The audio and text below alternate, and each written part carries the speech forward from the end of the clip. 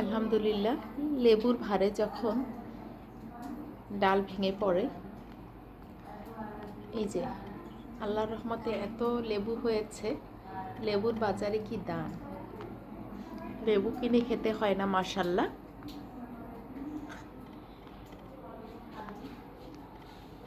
এই ডালটা ভেঙে পড়েছে লেবুর ভারে, আরও অনেকগুলো ছিল, সকালে খেয়েছি মাশাল্লাহ। এরকম 2-3টা লেবু গাছ থাকলে সারা বছরই লেবু খাওয়া যায়। লেবু একদম পেকে খুবই রসালো, ছোলাটা পাতলা হয়ে যায় আর দারুণ স্মেল।